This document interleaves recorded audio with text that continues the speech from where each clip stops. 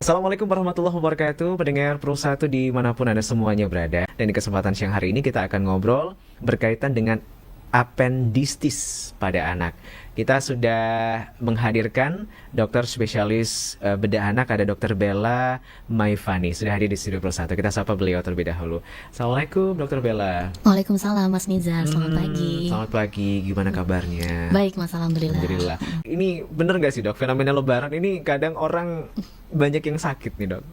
Ya mungkin ya Mas ya, karena memang pada saat faktor kita silaturahmi, otomatis saling bertukar ini ya, cerita, saking senangnya bahkan momen-momen besar seperti ini kita sering makan itu mungkin tidak terkontrol ya, Nggak karena ada batasan banyak gitu sekali ya yang disuguhkan saat itu. Iya, dan ini sebenarnya harus punya self control juga dokter ya? Ya, betul. Ya, kan menggiurkan banget sih Menggiurkan emang banget opor sih itu, ayam. apalagi sudah selesai puasa selama 30 hari, Ya, betul ya. oke. Gimana kuliner di mana Ngawi tadi dokter? Di Ngawi. Kuliner Ngawi juga nggak kalah menggiurkan ya? Iya, tentu saja Mas. Itu berbeda ya sama yang di Jember tesnya kita. Oke, sana biasanya condong lebih pedas, manis atau gimana? Mungkin lebih ke manis ya Mas ya kalau di sana Manis. ya. Oke, khas Jawa Tengah lah ya. Iya, meripit-meripit ke sana soalnya. Baik, dokter, ini istilah yang mungkin masih nggak semua orang familiar ya, apendistis. Nah, ini sebenarnya apa sih dok? Nah, kalau saya boleh koreksi ya Mas Nizar ya, sebenarnya namanya adalah appendicitis. Apendisitis ya, oke. Betul. Jadi sebenarnya kalau orang masyarakat awam mengenalnya sebagai radang usus buntu. Nah, itu dia Mas. Jadi usus buntu itu sendiri memiliki nama medis, dia adalah organ appendix sebenarnya. Karena ada istilah dia terinfeksi, maka namanya menjadi appendicitis. Nah, itu dia. Oke.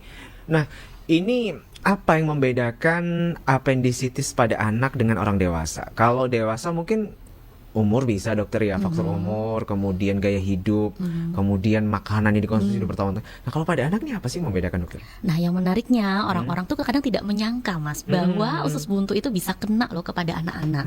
Gitu ya, dikiranya usus buntu itu selalu pada orang-orang dewasa seperti Mas Nizar nih ya, yang sekitar usia-usia produktif gitu ya, atau remaja usia muda, padahal pada anak-anak di bawah usia 5 tahun pun kadang juga bisa terkena yang namanya usus buntu. Nah, bedanya justru ini Mas, karena radang usus buntu pada anak-anak itu justru mungkin datang dengan keluhan yang lebih berat. Nah, itu disebabkan ya karena karakteristik daripada anak itu sendiri Mas gitu. Jadi anak-anak itu kan jarang mengungkapkan rasa nyeri, betul ya. Kemudian dia sukar untuk mengungkapkan keluhannya, sehingga tidak jarang memang paling banyak nih ya anak-anak itu datang dengan keluhan nyeri perut yang sudah cukup hebat gitu, dan ternyata itu adalah radang usus buntu. Iya, kemudian dokter tadi kan dokter sampaikan bahwa anak kecil itu jarang bercerita ya, dalam artian memang dia belum tahu dan belum bisa menganalisis bahwa ini radang Betul. usus buntu dokter Betul, tadi ya. betul. Nah, kemudian gimana membedakannya anak kecil ini cuma sakit perut biasa dan udah di tahap radang nih? Nah, gini, jadi kalau anak kecil itu memang justru kalau nyeri itu dia kalau bila dia sampai bisa mengungkapkan rasa nyeri kepada orang tuanya, berarti ini ayah bunda pendengar daripada hari-hari harus percaya bahwa itu betul-betul sakit. Dan nggak mungkin Karena bohong. nggak mungkin bohong, karena kalau anak kecil tuh nggak bisa loh bilang sakit secara spesifik di area tertentu itu. Iya, Berarti iya. kalau sampai dia bisa menunjuk gitu, itu betul-betul sakit ayah bunda. Oh, seperti Nah, itu sehingga ya.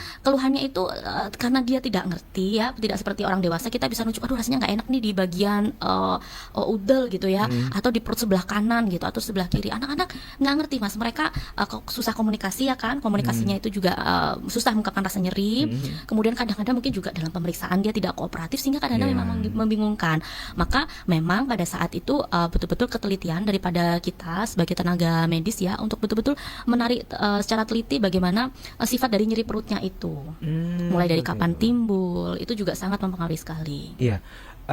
Dokter, kemudian tadi kan kalau anak udah benar-benar bercerita berarti dia benar-benar dalam kondisi yang sakit ya. Ya, betul. Tentunya sebagai orang tua ini kan kadang bingung dokter ya, dalam artian ini anak sakit perut karena kelaparan, terlalu kenyang, makan aneh-aneh, atau ada masalah sampai radang nih di ususnya. Itu apakah ada ciri-ciri yang terlihat dokter? Ini kan soalnya organnya di dalam nih, dalam perut. Betul, Apakah betul, ada simptom atau tanda-tanda yang memang bisa dikenali orang tua dokter? Nah, ini kalau saya boleh bercerita secara ilmiah itu ya, organ usus buntu semua orang itu kan punya Mas ya. Itu adalah organ yang bentuknya dia seperti tabung, letaknya di persambungan antara usus kecil dan usus besar.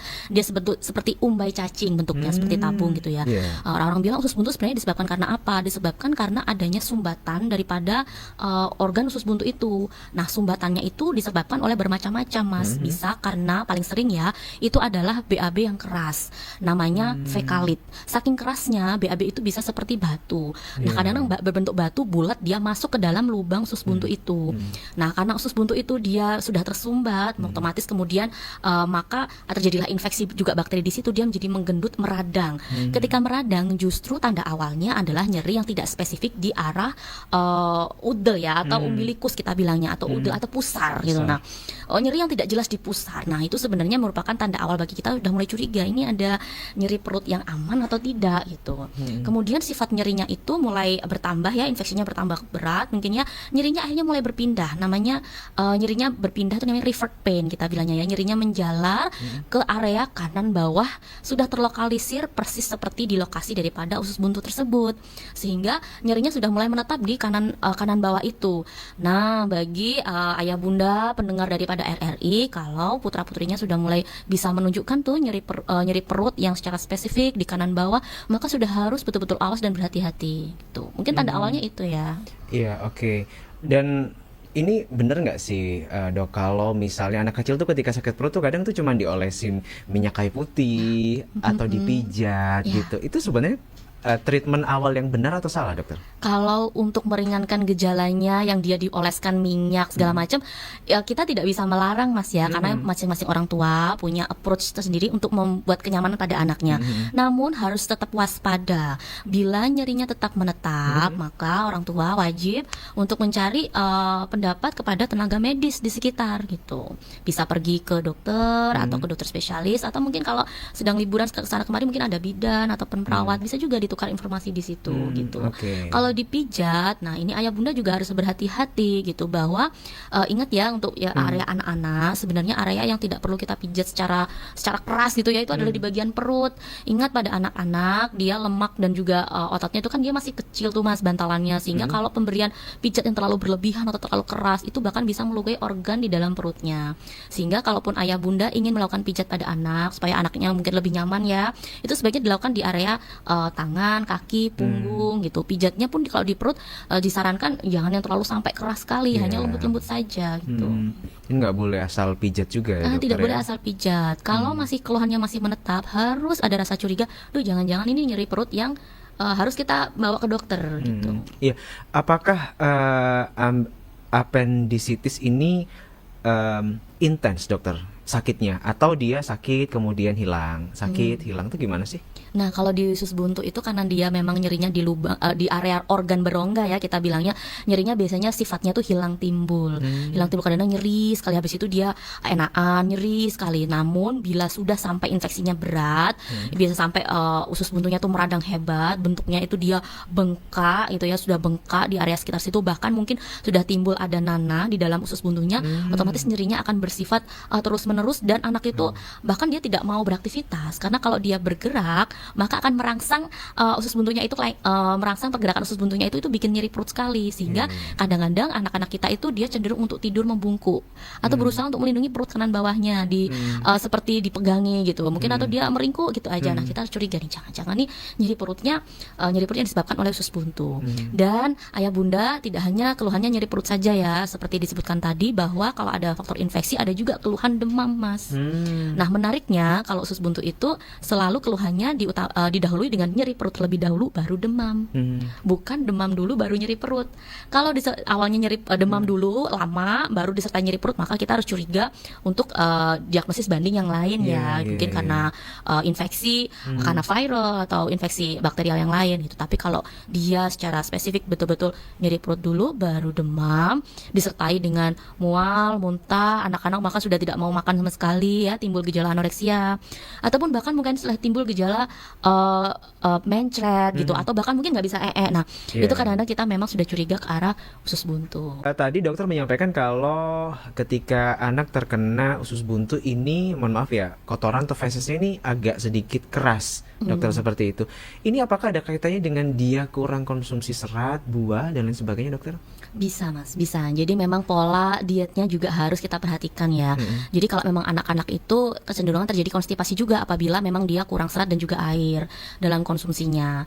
Nah itu karena bisa memicu terjadinya konstipasi, dan kemudian BAB yang keras itu bisa timbul seperti fekalit.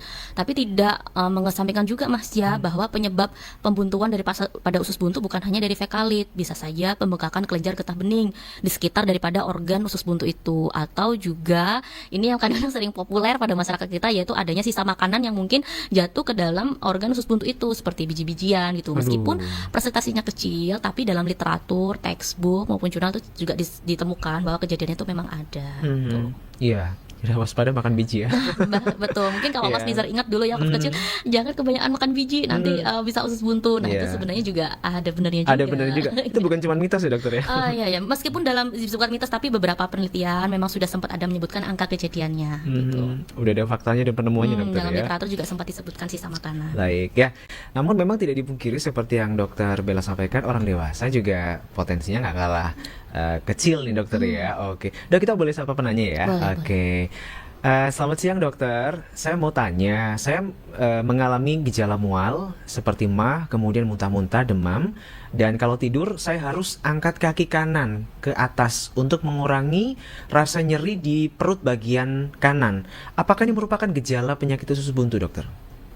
Wah, cukup menarik Mas ya ini ya. Secara spesifik menyebabkan kalau dia mengangkat kaki sebelah kanan berarti nyeri perutnya Nyerinya agak kurang.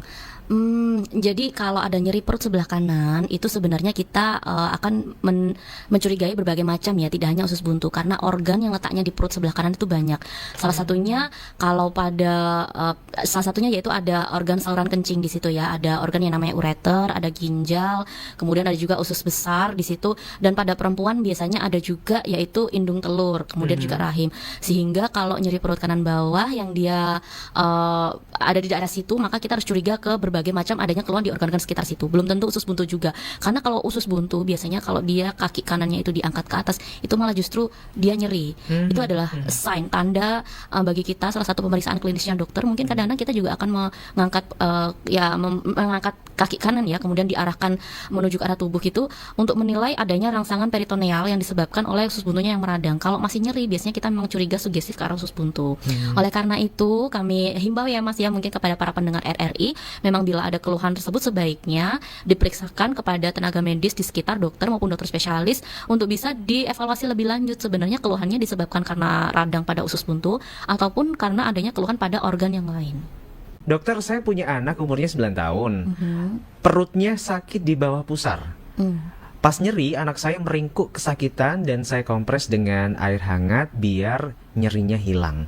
Ini sakit apa ya dok kalau nyeri di bagian bawah perut, dan kapan saya harus ke dokter? Mohon penjelasannya dokter. Nah, sama juga ya Mas ya, seperti yang sempat kita bahas tadi, bahwa kalau perut di bawah pusar itu banyak organnya ya, salah satunya adalah usus, kemudian juga ada di situ organ saluran kencing yang lewat ke arah situ, kemudian kandung kemih, dan juga kalau anaknya perempuan mungkin juga ada rahim dan indung telur, sehingga kita harus curiga adanya infeksi pada organ-organ itu. Belum tentu itu adalah suatu usus buntu ya, Bunda mungkin ya. Jadi kita memang betul-betul harus evaluasi. Kadang-kadang salah satu diagnosis banding daripada infeksi usus buntu itu adalah infeksi saluran kencing Mas Nizar. Jadi memang keluhannya kadang-kadang anak itu nyeri perut bagian bawah situ dan disertai dengan keluhan pada saat berkemih. Misalnya kemihnya yang tidak tuntas ataupun dia perih saat berkemih, dan juga ditimbulkan oleh keluhan yang lain misalnya demam. Nah, kita harus evaluasi di situ juga. Iya, jadi memang ini gejalanya bisa merembet kemana-mana dokter ya? Betul, karena terutama pada anak ya? Pada anak, sehingga memang pada anak itu kita butuh evaluasi lebih mendalam. Makanya tidak jarang Mas Nizar, anak-anak itu usus buntunya bukan datang dalam kondisi yang akut. Justru usus buntunya itu datang dalam kondisi yang sudah pecah atau kita namakan sebagai perforasi. Nah, usus buntu yang pecah itu biasanya akan menimbulkan infeksi yang lebih luas ke dalam perut, namanya peritonitis. Sekitar dalam literatur itu resmi disebutkan 75%. Kadang-kadang memang anak-anak yang sakit usus buntu itu sudah datang dalam kondisi pecah. Apalagi anak-anak di bawah 5 tahun, Mas. Ini kenapa dokter? Maksudnya apakah anak itu gara-gara dia itu tadi kan disampaikan nggak suka cerita ya? Apakah karena memang dia tuh kuat untuk nahan rasa sakit sehingga dia ngerasa kalau itu cuma sakit biasa atau gimana sih dok? Ini kan lebih merepotkan dokter kalau sudah kondisinya seperti itu ya. Jadi kan memang karena karakteristik daripada pasien anak itu sendiri ya, satu dia susah mengungkapkan rasa nyeri, tidak bisa mengungkapkan simptomnya secara jelas, sehingga memang selalu datang dalam kondisi yang sudah parah gitu. Nah kita sebagai dokter memang harus memahami karakteristik pada anak. Yang kedua, anak itu juga kadang-kadang tidak bisa kooperatif dalam dilakukan Iya. pemeriksaan, sehingga bisa mengaburkan pemeriksaan awal. Mungkin saja pada saat usus buntunya itu masih akut, nyerinya bisa aja diartikan sebagai nyeri ulu hati, atau mungkin juga nyeri dikira infeksi saluran kencing gitu. Karena memang gejalanya anak-anak itu mungkin susah untuk dilakukan pemeriksaan. Yang ketiga, sekali lagi karakteristik daripada usus buntu yang sempat kita diskusikan tadi, dia manifestasinya kan banyak juga Mas. Iya. Sehingga kadang-kadang pemeriksaan awal itu bisa saja terkaburkan gitu. Oke. Kemudian dokter, apakah semua kondisi usus buntu ini harus dengan operasi dokter? Nah, jadi tata laksana daripada usus buntu itu, tata laksananya apabila usus buntunya itu masih akut ya, masih akut itu dalam kondisi yang dia masih meradang awal-awal, itu memang masih ada kesempatan bagi kita untuk non operatif Mas, dengan pemberian antibiotik. Dan kemudian tetap kami harus edukasikan kepada orang tua bahwa ibu meskipun ini non operatif atau kita bilangnya adalah manajemen konservatif ya, jadi diberikan obat-obatan, tetap harus diawasi karena 14% itu akan terjadi nyeri yang berulang atau recurrent kita bilangnya, rekurensinya tinggi loh. Nanti kalau sudah terjadi rekurensi tinggi, ada kemungkinan lebih parah, dan memang pada akhirnya bila infeksi usus buntunya itu sudah kronis ataupun yang dia jatuh dalam kondisi yang komplikasi yang sudah pecah, otomatis tetap harus dilakukan pengangkatan usus buntu. Sehingga opsi itu memang ada, tapi tetap dengan pemberian edukasi kepada orang tua. Iya, oke. Dok, orang yang usus buntunya pecah itu sebenarnya penyebabnya apa ya dok ya? Apakah usus buntu yang pecah dan sudah dioperasi bisa terjadi atau dapat kambuh lagi dokter? Mohon jawabannya. Jadi usus buntu yang pecah itu disebabkan karena peradangannya sudah sedemikian hebat gitu. Jadi kan dia bentuknya seperti tabung huruf U, dia ketika dia terinfeksi dia menggembung gede lama terjadilah pecah dinding pada organ itu. Nah, ketika sudah terjadi seperti itu, otomatis tindakan medisnya adalah dilakukan angkat usus buntu atau operasi appendektomi. Nah, bila sudah dilakukan operasi appendektomi, tentu saja ya tujuannya adalah mengatasi infeksi. Jadi kalau di bedah kita lihat sebenarnya sumber infeksinya di mana. Kalau seandainya memang usus buntu itu dia memang penyebab infeksinya, ya kita angkat gitu, karena memang dia menjadi sumbernya. Dan pendengar RRI juga tidak perlu khawatir ya, sebenarnya pada saat usia dewasa usus buntu itu sudah tidak memiliki fungsi gitu, sehingga diangkat pun dia tidak akan memberikan efek yang bermakna pada orang dewasa ya, karena memang sudah tidak memiliki fungsi yang bermakna gitu. Kalau bagi anak fungsinya masih luar biasa dok? Katanya fungsinya untuk, ada beberapa literatur yang menyebutkan fungsinya untuk ketahanan tubuh, tapi itu pun sudah pada saat usia di bawah 2 tahunan. Di atas usia itu sebenarnya sudah diangkat pun tidak masalah gitu. Oke. Karena memang justru kadang-kadang dia memang sering yang bikin penyebab tersering ya 70% keluhan nyeri perut pada anak yang hebat itu karena biasanya memang usus buntu. Berarti kan ini harusnya diinformasikan kepada masyarakat bahwa ketika ada tindakan medis dari dokter, termasuk apa tadi pengangkatan ya dokter ya, angkat usus ini buntu. ditakutkan akan berpengaruh pada fungsi tubuh dan lain sebagainya. Ternyata enggak dokter ya? Enggak, justru memang karena dia sumber infeksinya kita angkat, dan sebenarnya setelah diangkat itu ya berarti sudah selesai infeksinya gitu. Nah, tidak punya usus buntu pun juga tidak apa-apa gitu, karena dia kan seperti organ tambahan aja Mas ya, yang masih sebenarnya sudah tidak memiliki fungsi lagi ketika dewasa. Oke, nah ngobrol soal orang dewasa ini kayaknya ada pertanyaan dari orang dewasa juga nih ya. Sebentar saya cari, tadi sempat baca. Oke, ini ketemu ya. Dokter, saya laki-laki usianya 34 tahun. Mau tanya nih dok, gimana cara ngobatin perut yang sakit seperti dililit tapi di sebelah kiri aja dokter sakitnya? Saya sudah coba kompres pakai air hangat, nyerinya berkurang, tapi nanti nyeri lagi dokter. Cukupkah sih ya Mas ya, nyerinya berarti sifatnya adalah hilang timbul. Nyeri hilang timbul biasanya disebabkan oleh organ berongga. Kalau yang di sebelah kiri berarti kita harus curiga, apalagi ini laki-laki ya, usia 34 tahun. Di situ ada organ saluran kencing, ada ginjal, ada organ ureter, kemudian ada juga organ usus ya. Yang sifatnya dia hilang timbul seperti itu biasanya bisa jadi karena dari faktor saluran kencing juga. Namun sekali lagi anamnesisnya juga harus lebih kita gali lagi nih ya. Secara spesifik, apakah yang bersangkutan ada keluhan juga pada saat berkemih atau juga keluhan pada saat BAB. Sebaiknya memang dilakukan pemeriksaan oleh tenaga medis. Kalaupun seandainya memang pemberian dengan air hangat itu sebenarnya dia hanya mengurangi simptom sementara, tapi tidak menghilangkan sumber aslinya. Sebaiknya memang sesekali harus diperiksakan kepada tenaga kesehatan. Baik ya, dan ya pemeriksaan langsung ini untuk lebih detail mengetahui Betul, kondisi yang betul, sebenarnya betul, dokter ya. betul. Kan Oke. Oke, dokter ada telepon oh kita iya, boleh sepertinya ada teleponnya. kita boleh sapa ya dokter ya. Oke, RRI selamat siang. Assalamualaikum. Waalaikumsalam warahmatullahi wabarakatuh. Iya, dari Bapak siapa dan di mana Pak? Dari Evan di Bondowoso ini, Mas. Dari Mas Evan di Bondowoso. Iya, Ya, dengan dokter Bella ya. Silakan Mas Evan. Ya? Dengan dokter Bella di sini silakan bisa tanya langsung ke dokter. Oh ya, sebelumnya mohon maaf lahir dan batin ya. Ya, mohon maaf lahir batin. Selamat siang, dokter. Selamat siang, Mas. Yang saya tanyakan mengenai kanker usus ini, dokter. Apakah kanker usus ini juga bisa menyebabkan usus buntu gitu, dokter? Dan yang kedua ini mengenai posisi kalau kita melakukan BAB maupun buang air kecil secara medis itu gimana itu, dokter? Saja tanyakan, terima kasih. Assalamualaikum. Waalaikumsalam warahmatullahi wabarakatuh. Ada 2 pertanyaan dokter Ada udah dua pertanyaan. udah Betul, didapatkan betul, ya? betul. Iya, Oke, yang pertama betul, dulu betul. dokter. Jadi pertanyaannya sebenarnya cukup serius ya Mas ya mengenai tentang kanker usus. Tapi itu bisa dimengerti karena presentasinya saat ini di masyarakat juga sedang meningkat. Terima kasih loh untuk Mas Evan yang sudah mulai mengangkat isu itu. Jadi apakah kanker usus bisa menyebabkan usus buntu? Bila kanker tersebut perkembangannya ya dia mengalami ekspansi yang berlebihan, justru dia bisa menyebabkan salah satunya adalah sumbatan daripada usus. Nah, sumbatan pada usus itu lokasinya bermacam-macam tergantung daripada jenis kankernya. Lokasi dari kankernya ada di mana. Apabila ada kankernya itu letaknya di usus besar yang dekat dengan usus buntu, mungkin bisa menyebabkan sumbatan pada usus buntu tersebut. Tapi itu hanya menyebabkan infeksi secara sekunder. Jadi justru infeksi usus buntunya mungkin hanya secara sekunder. Tapi penyebab utamanya adalah kanker usus. Justru itu yang harus menjadi perhatian lebih untuk tata laksana terapi. Jadi jangan dikhawatirkan tentang tata laksana daripada usus buntunya. Justru kita lebih fokus karena itu kan hanya side effect saja ya. Jadi keluhan utamanya ya, penyakit utamanya adalah kanker usus, sehingga kita harus lebih fokus daripada tata laksana kanker usus itu sendiri. Lalu kemudian apakah ada perbedaan tentang cara kita BAB terhadap tadi usus buntu ya Iya, mungkin iya. ya. Apakah ini posisi BAB, kencing dan juga buang air besar ini bisa ngaruh sih dok ke kondisi usus kita tuh gimana? Kalau kepada kondisi usus kita mungkin kondisinya mungkin apakah BAB jongkok atau BAB di BAB jongkok atau kita BAB di kloset ya Mas ya. Duduk, BAB posisi duduk, duduk. posisi duduk ya. Menurut literatur ada masih debatable sih Mas, ada yang bilang bahwa kalau jongkok itu lebih baik, ada yang bilang kloset itu lebih baik, tetapi tidak terlalu bermakna sebenarnya. Bapak Ibu, yang bermakna itu adalah konsumsi daripada makanan yang kita makan gitu. Sebaiknya kita memang makan yang tinggi serat dan juga tinggi air supaya pola BAB kita itu lancar. Jadi pola BAB itu harus baik gitu intinya.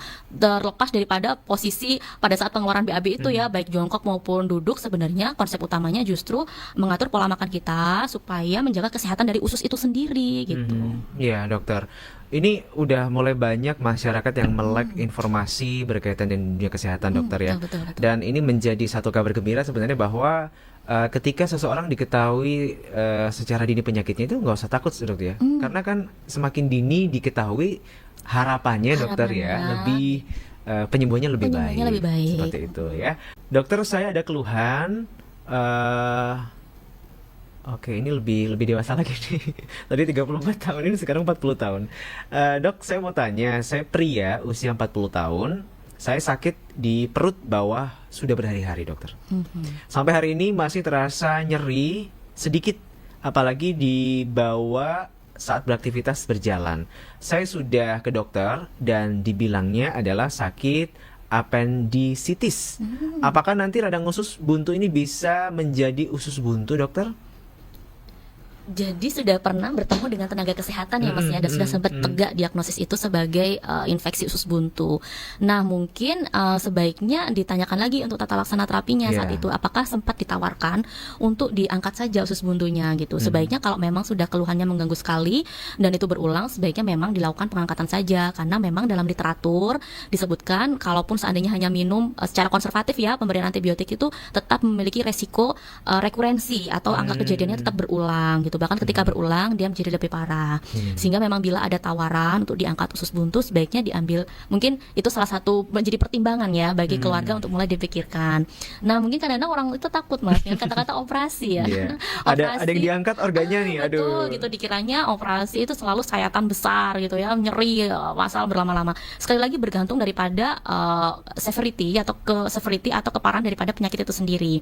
Saat ini ya, dengan berbagai kemajuan teknologi kedokteran ya, untuk pengangkatan usus buntu itu metodenya bermacam-macam gitu. Dulu kan memang secara open teknik ya, teknik terbuka ataupun dengan teknik dengan laparoskopi.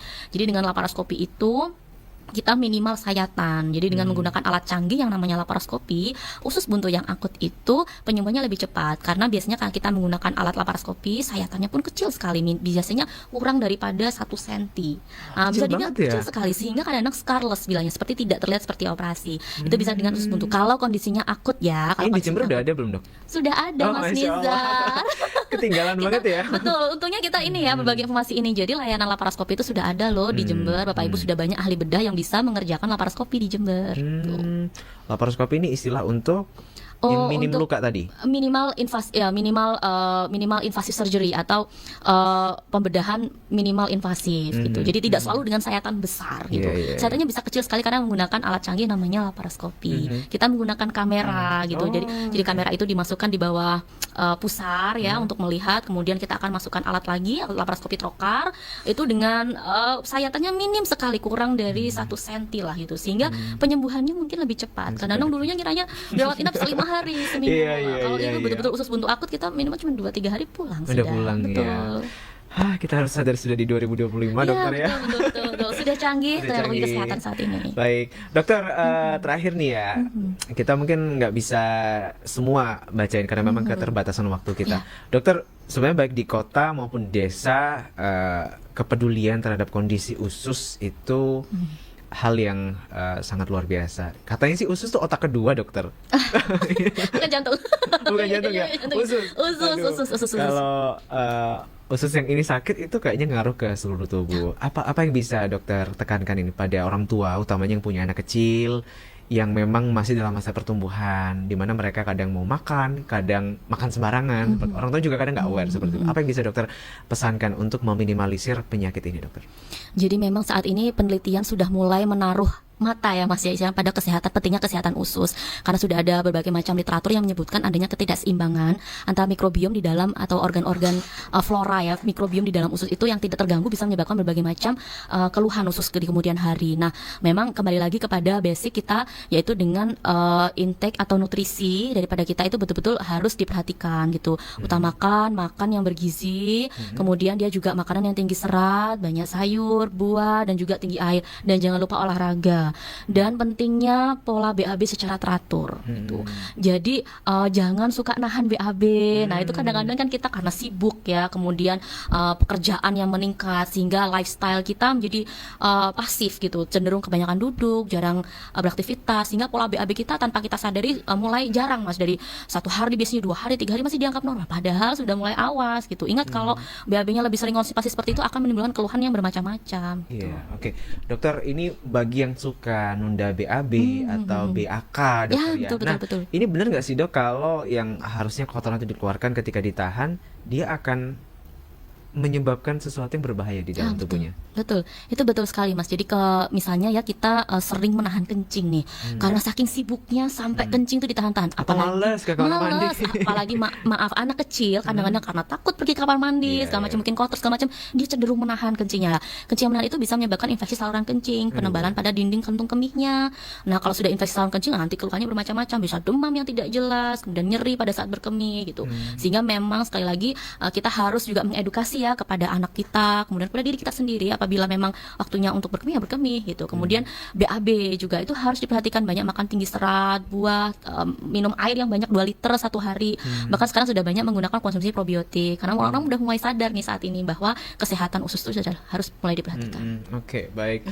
Dokter Bella, terima kasih sudah hadir di Pro1 dan menjawab banyak pertanyaan loh yang masuk ya. Dan ini semoga membuka hasanah keilmuan kita semua bahwa kita itu kalau ada orang yang udah sakit nggak perlu ambil pengalaman dengan sakit juga ya. Kita bisa ambil pelajaran dari apa sih yang kiranya diperbolehkan dan nggak diperbolehkan. Langkah preventif lah dok ya. Langkah preventif, Oke. jaga kesehatan. Sayangi ususmu ya. Saya Iya, oke, terima kasih sekali lagi untuk kalian yang sudah bergabung dan sudah simak kami di Ala Dokter untuk edisi hari ini Rabu 9 April 2025. Saya dan Dokter Bella harus pamit. Halo, ya, Ya, harus kita sampai ketemu lagi dokter insya Allah. Salam sehat dokter. Salam sehat, Mas. Iya, kita pamit dulu. Selamat siang dan wassalamualaikum warahmatullahi wabarakatuh.